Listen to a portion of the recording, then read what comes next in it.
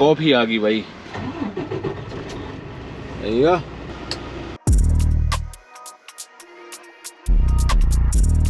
7:30 हुए और Google map ने बोला था कि 7:30 बजे सूरज निकलेगा। और ये देखो एग्जैक्ट 7:30 बजे सूरज देवता अपने जगह से ऊपर उड़ते हुए, वो देखो ईस्ट वाली साइड, क्या बात है। ये आपको कंस्ट्रक्शन वाली कोन्स दिख रही है ना राइट साइड में पड़ी हुई, पीछे ना अभी बोर्ड आया कि अगर आपका लोड 12 फुट से ज़्यादा वाइड है तो आपको मस्ट एग्जिट लेना पड़ेगा, क्योंकि आगे कंस्ट्रक्शन चल रही है और ट्रैक छोटे किए हुए हैं। मेरी सांस ऊपर की ऊपर, नीचे की नीचे। अभी आज संडे के दिन जो है कंस्ट्रक्शन वाले वो मेनली होते नहीं, और अपना जो लोड है वो 12 फीट से है छोटा। अगर इमरजेंसी में निकलना पड़ेगा तो हम निकल सकते हैं बिल्कुल आराम से।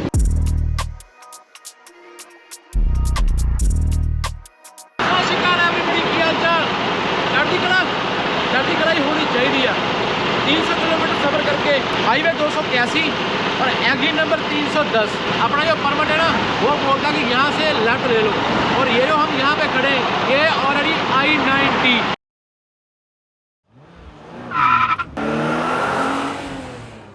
ये वाला हाईवे I-90 हाईवे इंटरस्टेट बोलते हैं।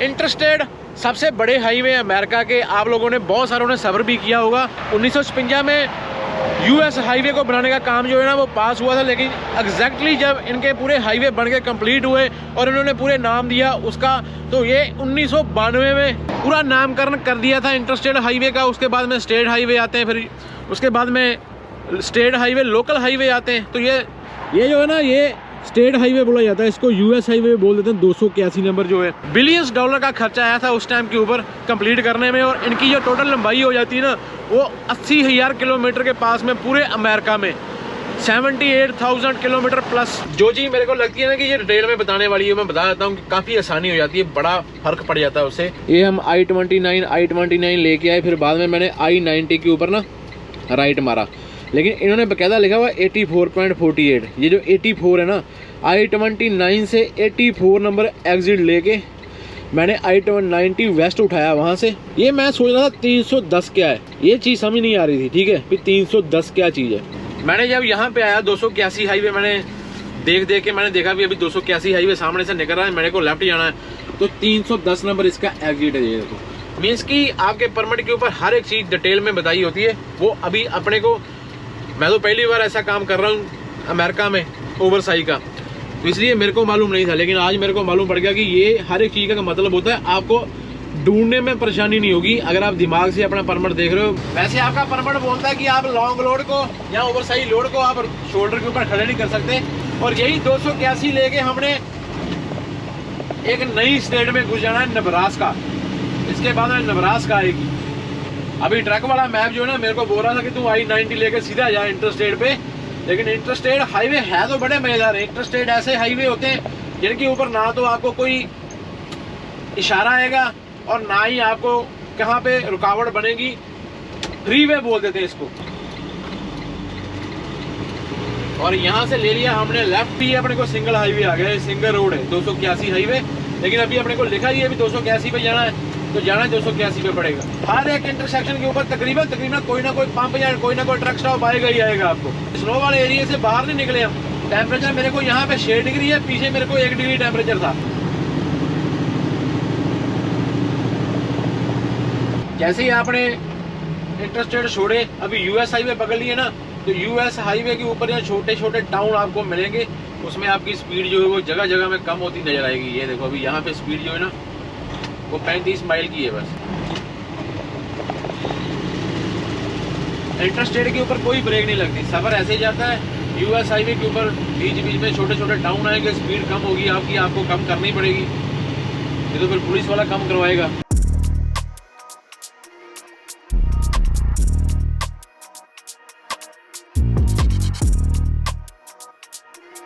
यहाँ से अपना साउथ डकोटा ख़त्म हो गया। अभी ये वाला परमिट लगा रहे पीछे। अभी यहाँ से सिर्फ 5-4 किलोमीटर आगे जाके ना अपनी अगली परमिट चालू हो रही है नब्रास्का। तो नब्रास्का मैं देख रहा हूँ कि यूएस 281 और मैं पिन ड्रॉप कर लेता हूँ। मैं ऐसे ही जाके ना कहीं पे पिन ड्रॉप कर लो, जहाँ पे ज़्यादा उलझन रहती है वहाँ पे पिन ड्रॉप कर लो। मैप तकरीबन आपको वहाँ पे लेके जाएगा, लेकिन आपको रोड का नंबर याद होना चाहिए कि आपको रोड कौन सा लेके जाना है। 281 खुद ब खुद जाके 34 बनेगा और 34 पे जाके हमको जाना है I80। तो ये मैंने पेन ड्रॉप कर ली I80 के ऊपर।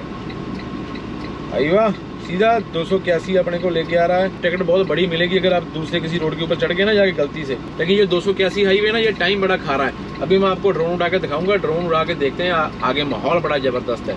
सत श्री अकाल एवरीबॉडी, की हाल चाल? चढ़ती कला, चढ़ती कला ही होनी चाहिए भाई, चढ़ती कला होनी चाहिए। चढ़ती कला में रहेंगे ताही तो सफर निकलेगा।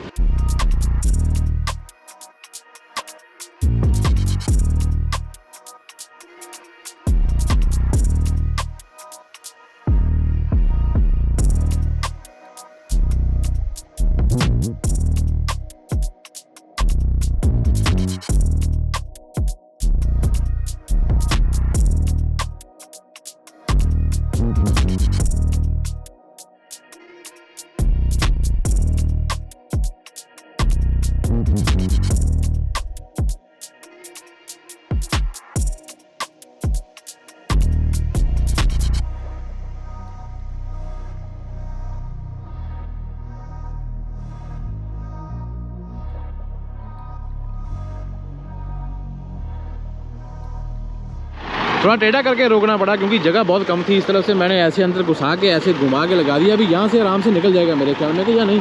क्या लगता है आपको? ये लगता है वार्निंग अंडरग्राउंड टेलीफोन केबल है भाई, यहाँ खंबे के ऊपर मत मार देना।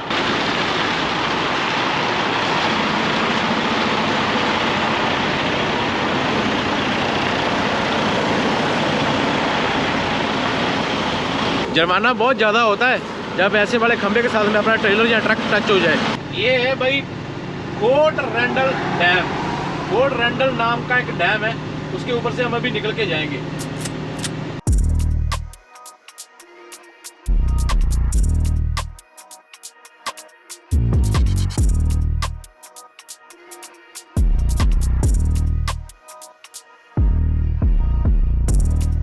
कनाडा में तो 5-7 प्रोविंसें हैं, फीलिंग आती है जब चेंज करते हैं। यहाँ पे 50 स्टेट्स हैं भाई। तो यहाँ से ये देखो नब्रास्का का बोर्ड लगा हुआ है, नब्रास्का गुड लाइफ, और 7 से ज़्यादा रोड काला हो गया। पीछे रोड था रेड कलर का, अभी यहाँ पे देखो रोड काला हो गया, नब्रास्का स्टार्ट हो गई यहाँ से। जैसे आप किसी भी स्टेट के अंदर घुसते हो ना, उसी टाइम उस स्टेट के रूल रेगुलेशन और हाईवे के नाम ऐसा आपको मालूम पड़ना शुरू हो जाएगा। ये देखो सीट बेल्ट मार के रखो, हेलमेट जरूरी है। और ये आपका स्वागत करने के लिए भाई कितनी सारी गायें और भैंसें खड़ी की है। वाह वाह वाह।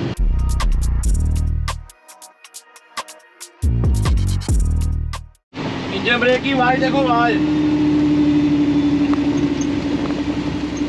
ये तो भाई 281 नंबर ने तो जान ले लेनी आज हमारी। कभी लेफ्ट कभी राइट।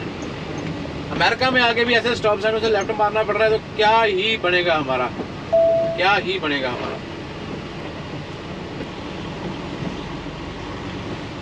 ये देखो कितना छोटा सा है, अभी इस तरफ से चढ़ा के लेफ्ट मारेंगे, नहीं तो भाई इसके साथ में खंबे के साथ में लगने के भी चांस है। ज्यादा वाइड तो है नहीं, लेकिन अपने को एक्स्ट्रा प्रिकॉशन लेनी पड़ती है इसकी।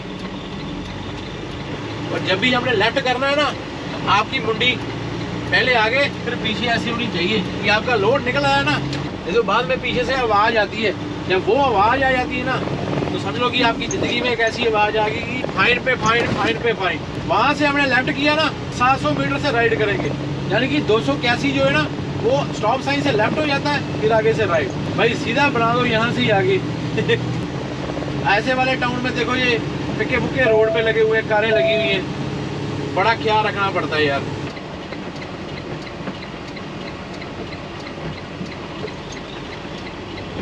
चल चल चल चल चल चल चल चल चल चल चल।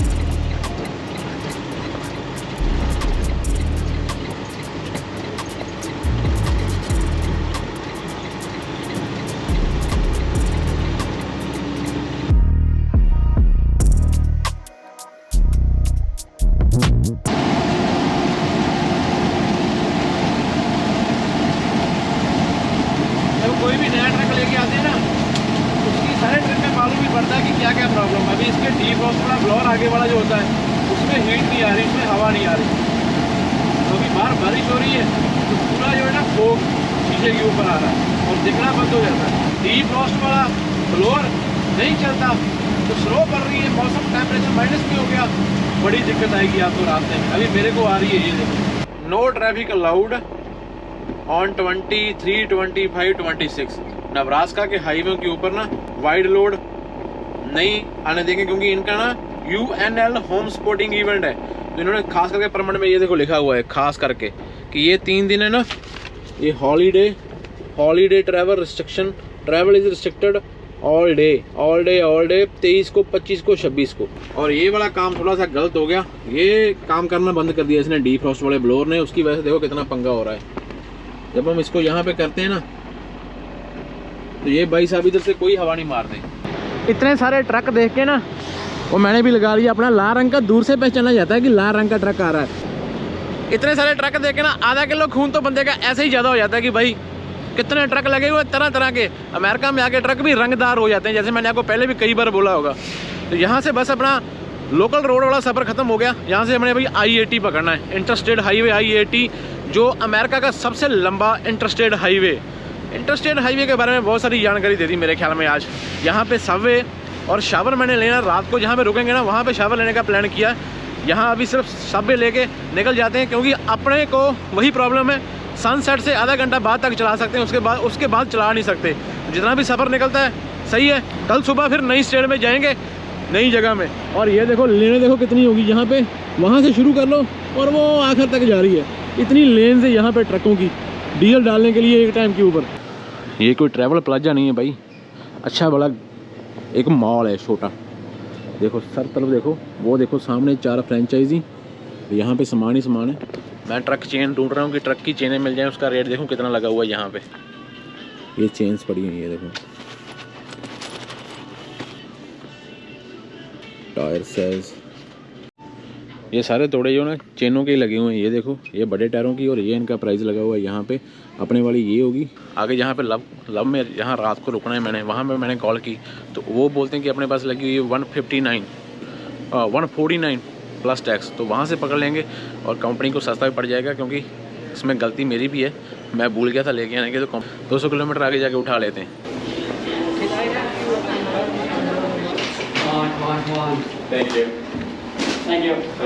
लेके तो आए लेकिन कोई फ़ायदा नहीं हुआ, क्योंकि वो बंदी सही थी। अंदर किसी बंदी को प्रॉब्लम होगी, वो 2 बार पास आउट होगी। यहाँ से मैंने सबवे लिया ना, उसके पास में ही वो बैठी हुई थी, तो उन्होंने एमरजेंसी कॉल की थी। वो काँप रहे थे, उसके हाथ बड़े काँप रहे थे। ऑस्ट्रेलिया में जाके आया हूँ ना, ऑस्ट्रेलिया में देखा तो वहाँ पर ना वो लोग इंटरनेशनली ट्रेड नहीं करते किसी से भी।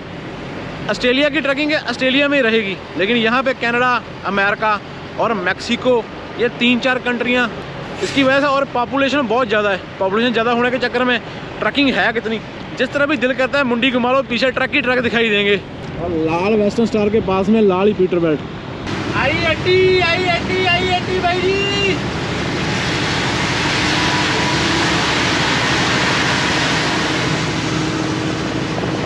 ये बिजी तो रहेगा ही भाई, क्योंकि ये है अमेरिका का, USA का सबसे लंबा इंटरस्टेट हाईवे I-80, जो न्यूयॉर्क से स्टार्ट होके और जाता है सैन फ्रांसिस्को तक, तकरीबन 5000 किलोमीटर के पास में, 47-4800। 5 बजे तक सूर्य रहेगा और 5:15 तक, 5:30 तक हम ड्राइव कर सकते हैं। आज कोई नहीं मिलेगा, आज एतवार है। यहाँ पे हम खड़े थे ना, वहाँ पे मैकेनिक है, लेकिन वो भी बंद है, कल सुबह ओपन होंगे। पंपों के ऊपर भी संडे को मैकेनिक बंद हो जाते हैं अमेरिका में, लेकिन चाहिए कि सैटरडे संडे को कोई ना कोई बंदा तो होना चाहिए रिपेयर के लिए।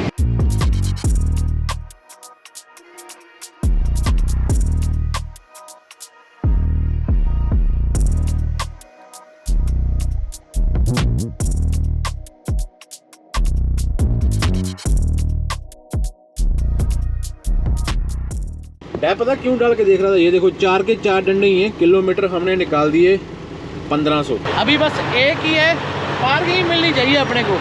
अगर कहीं पार्किंग ना मिली तो सारी रात जाना कहाँ पे। छोटा सा पंप है, पार्किंग थोड़ी कमी है, ज़्यादा नहीं है।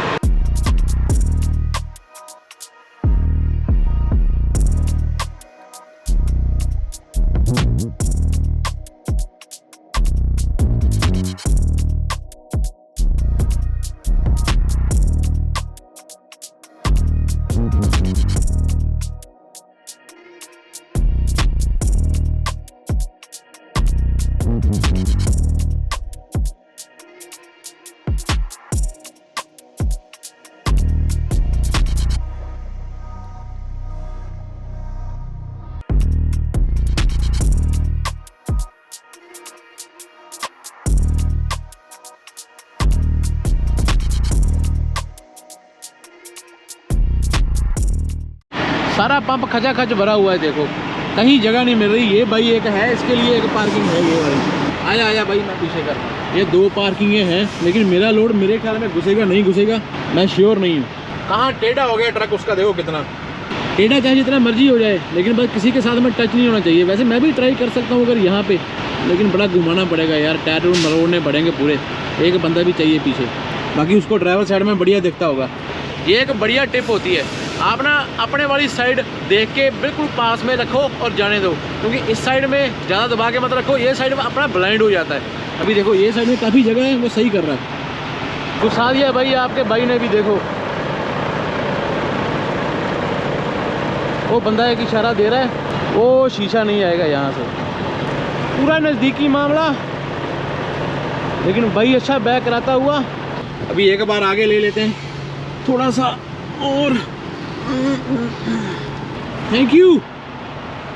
एक दूसरे की हेल्प के बगैर ये वाले काम करने बड़े मुश्किल होते हैं। बड़ी मुश्किल से घुसाया है मैंने, लेकिन मेरा ट्रक सबसे आगे। ये देखो, ये भी पीछे, और ये देखो सारे ट्रक पीछे ही है। अपना सबसे आगे ट्रक है, यही चाहिए अपने को।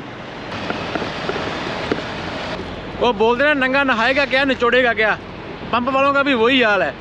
अगर चेनें लेनी है तो उनके पास में एक ही पेयर है अपने साइज का, अपने को चाहिए 2 पेयर। फिलहाल 1 पेयर लेके आया हूँ कि कम से कम 1 पेयर तो अंदर रखूँ। इनका प्राइस बड़ा जेन्युइन था। ये 1 पेयर मिली है कैनेडियन ऑस्ट्रेलियन बोल रहा हूँ, USA के अमेरिकन डॉलर के 155 टैक्स डाल के, मतलब कि 144 प्लस टैक्स।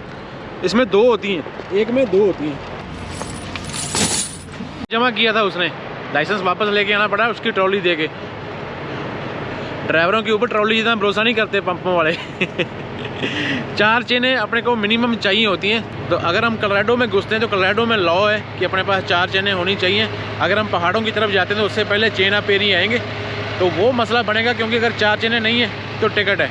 चाहे आपको डालनी पड़े चाहे ना डालनी पड़े, लेकिन आपके ट्रक में 4 चेनें होनी चाहिए अगर आपने उस तरफ जाना, सफ़र करना है। कल देखते हैं कहाँ से चालू होते हैं ये लॉ, और हमको दूसरी चेन कहाँ से मिलती है। ये व्लॉग को ऐसे ही जारी रखेंगे। सारे ब्रांड इनके पास में होते हैं। यहाँ टायर टूर चेंज कर देते हैं आपके ट्रकों के। कैसा लग रहा हूँ?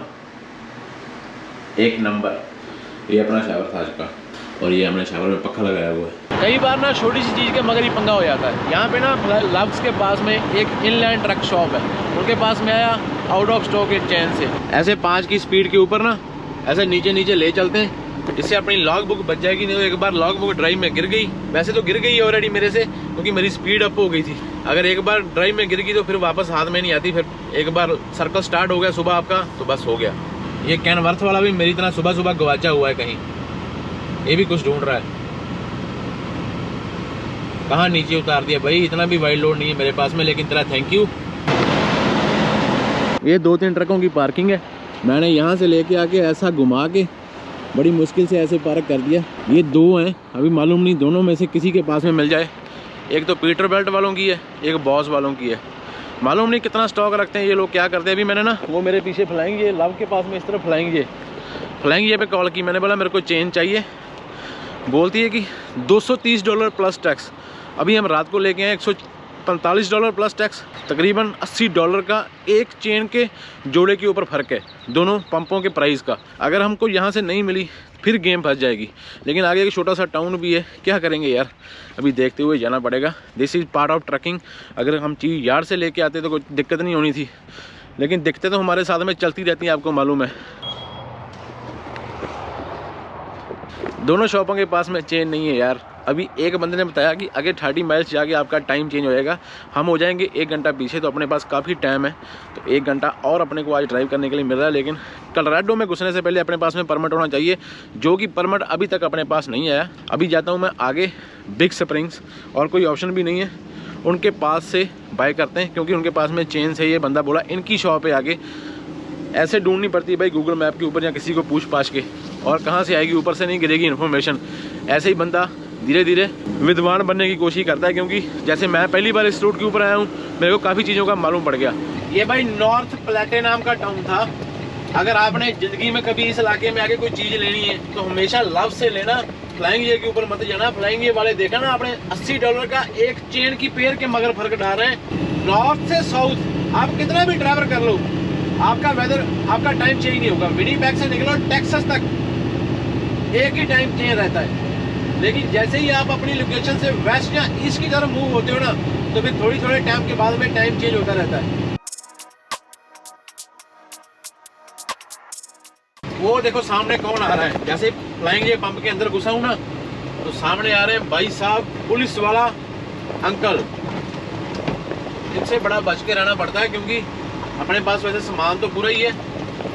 ये ऐसे पंपों के अंदर भी आ जाते हैं, पंपों के अंदर आके भी चेकिंग कर लेते हैं ट्रकों की। अमेरिका में ये बड़ी आम चीज होती है।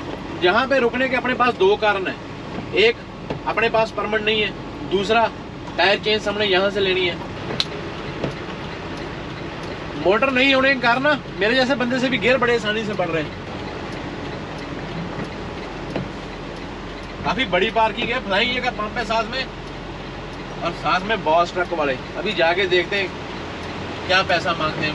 सबसे पहले लॉग बुक, वेपर बंद, पर्स जेब में, मोबाइल जेब में, कैमरा हाथ में, और ट्रक बंद क्योंकि इसकी एक ही चाबी है, दूसरी चाबी मेरे पास है नहीं। क्या हाल चाल, ठीक ठाक। फ्लाइंग जगह बहुत बड़ा पंप है, बॉस ट्रक शॉप है, और ये इनकी रिपेयर शॉप बॉस की। बॉस काफ़ी बड़ी चेन लगती है अमेरिका में, लेकिन पैसे के चार्ज जो है ना मेरे को ज़्यादा लग रहे हैं इनके। $200 हमारे पास अभी बस यही रह गया कि ले लेते हैं भाई। कितना फ़र्क है यार, क्या करें। Meet this man, he is taking my bag to the truck. Actually मैंने इसको बोला ट्रॉली दे दो, मेरे कपड़े कुपड़े गंदे हो जाएंगे, तो बोलता है मैं ही छोड़ के आता हूँ। So you get lot of snow here. Oh yeah these days। Oh wow, this is a mega sleep. बोलते हैं इसमें वॉशरूम भी होता है। Thank you man, have a good one.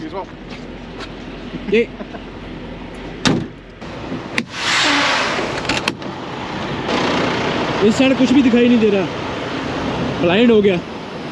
इसकी मशीनें थोड़ी टाइट है फ्लाइंग जेगी, और ये इनका टूट जाएगा तो क्लियरेंस है, आ जाएगा आराम से।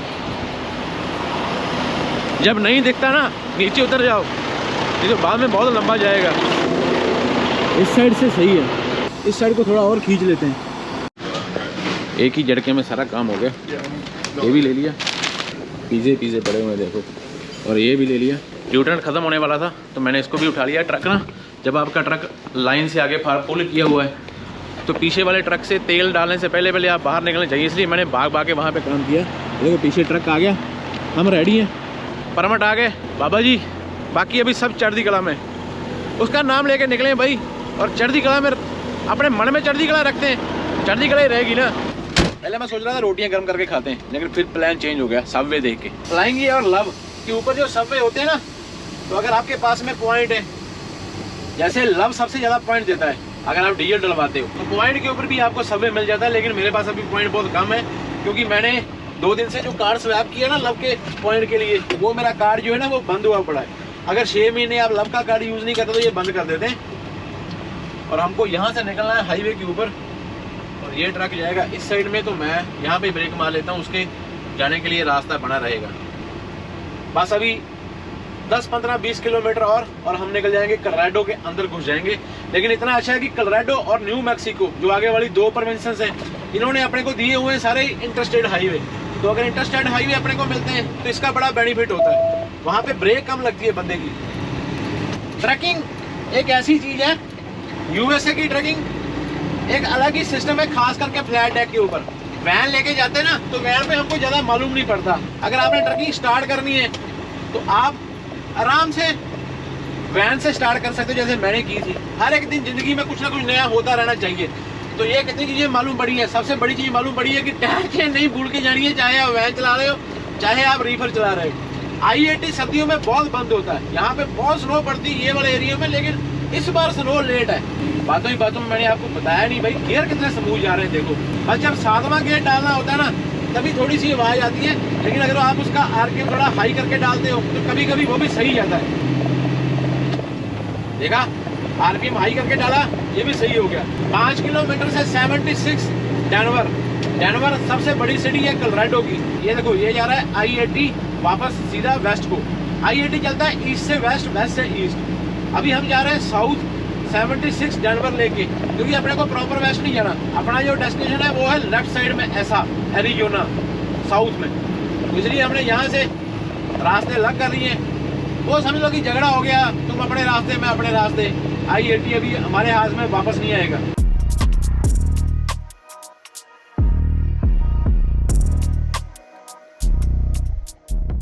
लेकिन मैं आपको एक चीज बता दूं, हम तो कंपनी का ट्रक लेके घूम रहे हैं। I-80 अगर आपने न्यूयॉर्क से कैलिफोर्निया जाना है तो तकरीबन जितना मेरे को आइडिया है $500 से $700 एक साइड का टोल लग जाता है। टोल I-80 के ऊपर ट्रक लेके जाना है अगर तो इतना चार्ज है इसका। इन्होंने लिखा हुआ है 173 माइल्स इसी हाईवे के ऊपर। बड़े डिटेल में समझाया होता है, बस समझने वाली बात है। जैसे मैप नहीं होता, मैप वाला काम ही करता है परमिट अपने लिए। जब से निकले ना इंटरस्टेट के ऊपर, ये पहला ब्रिज ऐसा है जिसके ऊपर हाइट लिखी हुई है कि 14/9। ओए कार वाला पीछे कर ला भरावा, वाइड रोड वो निकल गया। ओए दिखने में ऐसा लगता है जैसे पूरा है, लेकिन इन्होंने जैसे परमिट के ऊपर दिया हुआ है मैं उसी के हिसाब से आ रहा हूँ। क्योंकि कई शहरों में ना ऐसे छोटे ब्रिज हो गए, अभी मेरे को मालूम नहीं इस शहर में इससे भी नीचे वाले ब्रिज हैं या नहीं है। अगर होंगे तो हमारा तो लफड़ा हो जाना था ना। ये देखो पूरा है 14-10, तो देखने में ऐसा लगता है कि जैसे लग गया बस, लेकिन ये तो बड़ा है। एक बार ना टेंशन हो जाती है ब्रिजों को देख के।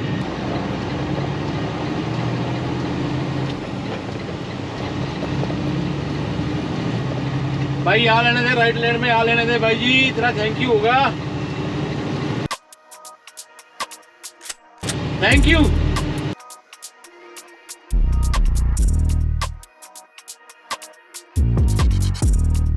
ये हमारा एग्जिट है, इसके बाद में हम जाएंगे फिर I-270 और ये बड़ा टेढ़ा सा है ये देखो। और ये सामने वाला रोड कितनी तेज चल रहा है। यूएसए में ट्रकिंग करनी है ना, नॉर्मल तो चलो ट्रक मैप के ऊपर आप जा सकते हो, लेकिन जब भी मैप वाली ट्रकिंग करनी है, जैसे मेरे पास ओवरसाइज है, तो हर टाइम शहरों में आके आपकी निगाह आपके इंटरसेक्शन के ऊपर और आपके एग्जिट के ऊपर होनी चाहिए। एक भी एग्जिट गलत हो गया ना तो वहाँ पे जहाँ तो आपको लो ब्रिज आ गया तुम आप मारे जाओगे, पुलिस वाले ने उठा लिया तो आप मारे जाओगे। पुलिस वाला नहीं भी ऐसे उठाएगा, लेकिन अगर आपको आपका ट्रक किसी से लग गया कार में तो भी आपके ऊपर बड़ा तगड़ा एक्शन आएगा। भी आपने फॉलो क्यों नहीं किया रूट, क्योंकि आपको इस रोड की परमिशन ही नहीं है, ऐसा बोलेंगे वो लोग।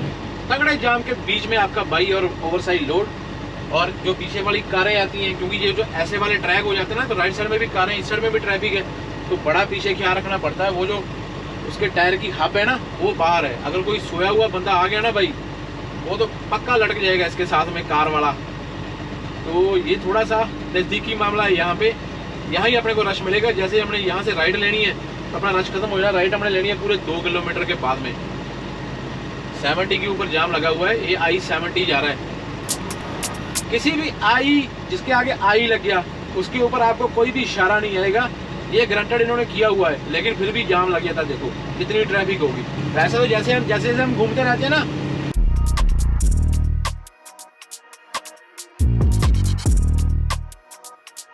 ओके बाय बाय है नहीं अपने को जाम नहीं है इधर वाला, इनको मालूम है हम इधर जाने वाले, इधर सारा साफ किया हुआ है। ओके मिलते हैं। हाँ आराम से चलाओ, ट्रैफिक बहुत है, ध्यान से। ओके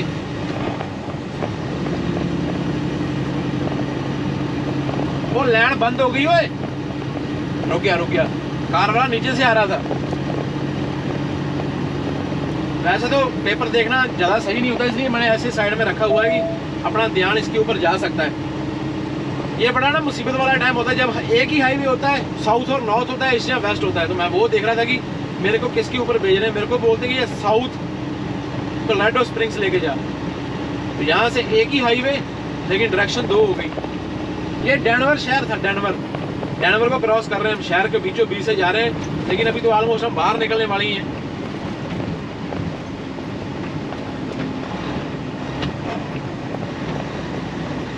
बाबा जी ऐसे बड़े ब्रिज देखे मेरा ऊपर वाले का नाम ही निकलता है मेरे मुंह से।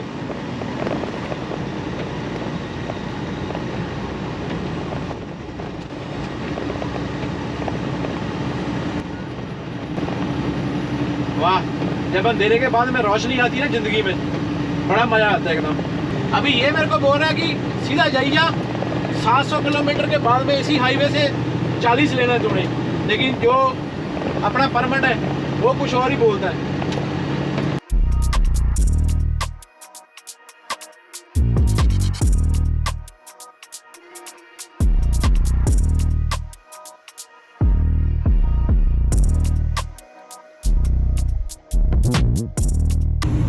ये सारे पहाड़ राइट साइड में।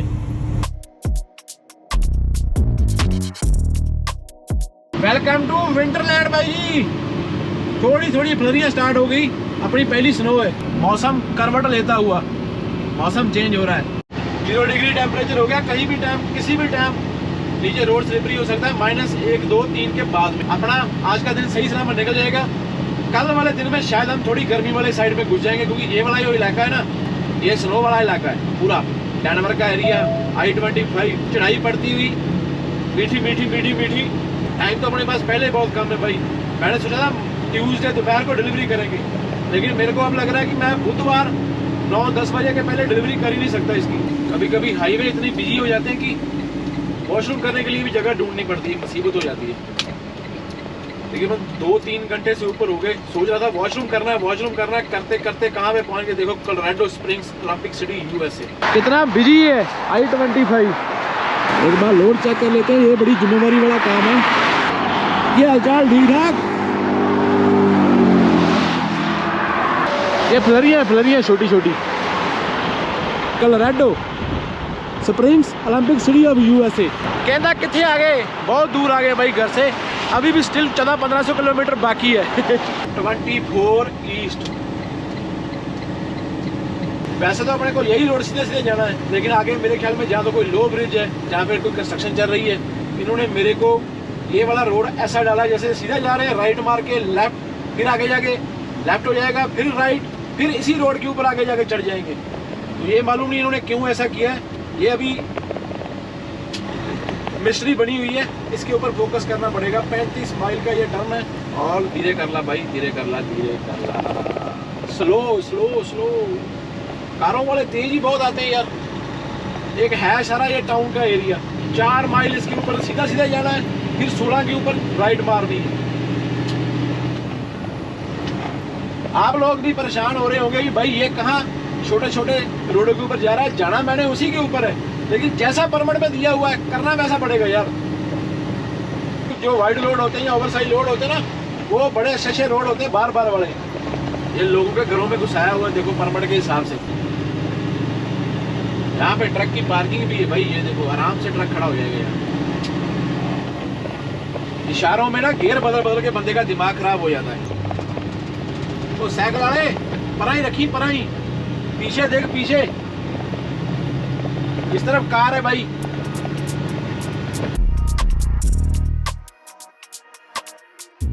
ये लो भाई, इस साल की पहली स्नो आपके बाइक के ट्रक के शीशे के ऊपर इकट्ठी होनी शुरू हो गई। बधाई हो, बधाई हो, बधाई हो। देखने वाले को ये चीजें ना बढ़िया लगनी शुरू हो जाती है कि भाई स्नो आ गई अभी, भाई सारा सफेद, ब्लॉग दूसरे होंगे। और मेरे को पूछो, मेरे दिल से पूछो, जैसे जैसे स्नो बढ़ रही है ना, जैसे तैसे टेंशन भी बढ़ रही है भाई। स्नो से भी मत्था लगाना पड़ेगा। और ये भाई साहब को कोई फिक्र नहीं है, देखो ये आया।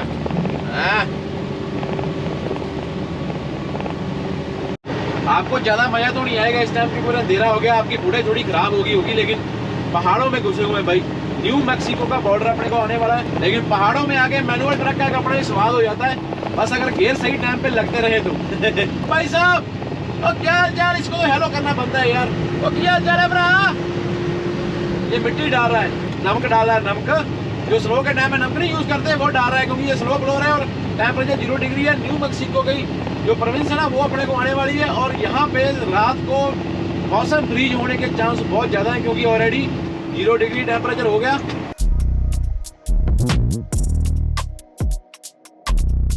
हो गया ना सफेद सफेद, थोड़ा थोड़ा काफी ऊपर आ गए, चढ़ाई के ऊपर। बहुत चढ़ाई है पीछे से, तकरीबन 10 किलोमीटर लगातार चढ़ाई होती है। ये न्यू मैक्सिको बॉर्डर से पहले 10 किलोमीटर लगातार चढ़ाई होती है। ये न्यू मैक्सिको बॉर्डर से पहले। सारे बंदों को अंदर ही जाना पड़ेगा भाई, स्केल के। ओ ओपन ओपन ओपन। ये भाई साहब बोलते हैं अंदर आ जाओ अपना पेपर वर्क लेके। स्केल खुली हुई है। आपको शायद याद होगा, जब हम पहली बार अमेरिका आए थे, टेक्सास गए थे, तब भी हमने पूरा पेपर वर्क हम अंदर लेके गए थे, यहाँ पे ट्रक लगा के। वो तब हम इस साइड से आए थे, लेकिन आज हम उस साइड से जा रहे हैं। यहाँ पे हर बार रोकते हैं, लेकिन इस बार उन्होंने चेंज कर दिया सिस्टम। मेरा परमिट चेक किया ओवर साइज का, बोलते हैं तुम गुड है, जाओ जाओ। क्योंकि अभी मैं आधा घंटा और चला सकता हूँ। तो ये वाला पुलिस वाले की गाड़ी खड़ी है और ये न्यू मैक्सिको स्टेट है ना। जब भी हम इसमें घुसते हैं तो आपका एक US डॉट नंबर होता है जो आपके ट्रक की बारी के ऊपर लिखा होता है, विंडो के ऊपर। वो उसमें होता है कि आपने सारी स्टेट्स का टैक्स पे किया कि नहीं किया। खास करके न्यू मैक्सिको का चेक करते हैं कि अगर आपने नहीं पे किया तो आपसे यहाँ मौके के ऊपर पैसे लेंगे। हर एक ट्रक को रुकना पड़ता है, लेकिन जिसके पास में बाईपास होता है ट्रक में लगा हुआ तो उसको अंदर ही सिग्नल आ जाता है कि तुम जा सकते हो। सिर्फ 8 मिनट बचे, अगर मैं 8 मिनट में ब्रेक नहीं निकालता ना वायलेशन हो जाती। अपने पास ड्राइव है पूरे 1 घंटा 40 मिनट की, लेकिन मैंने स्लीप में डाल दी। टाइम देखो 5:35 हो गया। अभी यहाँ से अगर मैं ट्रक निकालता हूँ 5 बजे, यहाँ पे सनसेट हो गया था, तो 5:30 तक मैं लीगली चला सकता हूँ। और ऊपर से अंधेरा भी पूरा हो गया, बाहर चानन बिल्कुल नहीं, रोशनी है नहीं। तो अगर किसी ने टिकट दे दी तो भाई उसमें मेरा कोई कसूर नहीं होगा। इसलिए मैं सोच रहा हूँ कि आज का दिन भी यहाँ पर रुकना पड़ेगा। अभी अपने पास स्टिल देखो टाइम 1170 किलोमीटर बाकी है। इस बात का श्योरिटी होगी कि आज मंडे है, तो ट्यूसडे को भी मैं नहीं पहुँचूँगा, मैं बुधवार सुबह पहुँचूँगा। तो आज की रात इस रेस्ट एरिया में ये 3-4 ट्रकों की पार्किंग है, 1 2 तीसरा पीछे लगा हुआ है। और ये रेस्ट एरिया, यहाँ पे वॉशरूम बने होंगे, ये कारों की पार्किंग है। तो अमेरिका में ऐसे रेस्ट एरिया हमको बहुत ज़्यादा मिल जाते हैं। मैं भी सोच रहा हूँ कि पहले वाली फुटेज इतनी काली क्यों आ रही है भाई, सेटिंग चेंज हो गई थी अंदर से। सॉरी, अभी कितनी भी फुटेज और रात को मैंने ली है वो मेरे ख्याल में आई नहीं होगी, बहुत ज़्यादा अंधेरा आ गया होगा। चाहे टाइम रात का ही है ना, फिर भी कोई ना कोई गाड़ी आ रही है, रुक रही है, वॉशरूम जा रही है। ये बड़ा लॉन्ग वीकेंड है अमेरिका का, बहुत बड़ा। और इसमें ही हमारी किस्मत छिपी हुई है कि अभी मालूम नहीं मैं यहाँ से लोड लेके वापस निकलूँगा या जहाँ मेरे को 4 दिन रुकना पड़ेगा। ये मेरी ज़िंदगी के सबसे ज़्यादा लंबे दिन होंगे, लेकिन मेरे को लगता है कि APT वालों ने कोई ना कोई पक्का जुगाड़ किया होगा मेरे लिए। बाकी ऊपर वाला जानता है या APT वाले जानते हैं। इस वीडियो को इसी रेस्ट एरिया में एंड कर देते हैं, लेकिन अगर इंटरेस्ट बना हुआ है तो भाई सब्सक्राइब कर लो, लाइक करके जाओ चैनल को। रात का टाइम है, सारा रेस्ट एरिया फुल हो गया। ये देखो, ये इस साइड में भी ये और आया, अभी इनको पार्किंग नहीं मिल रही। ये देखो,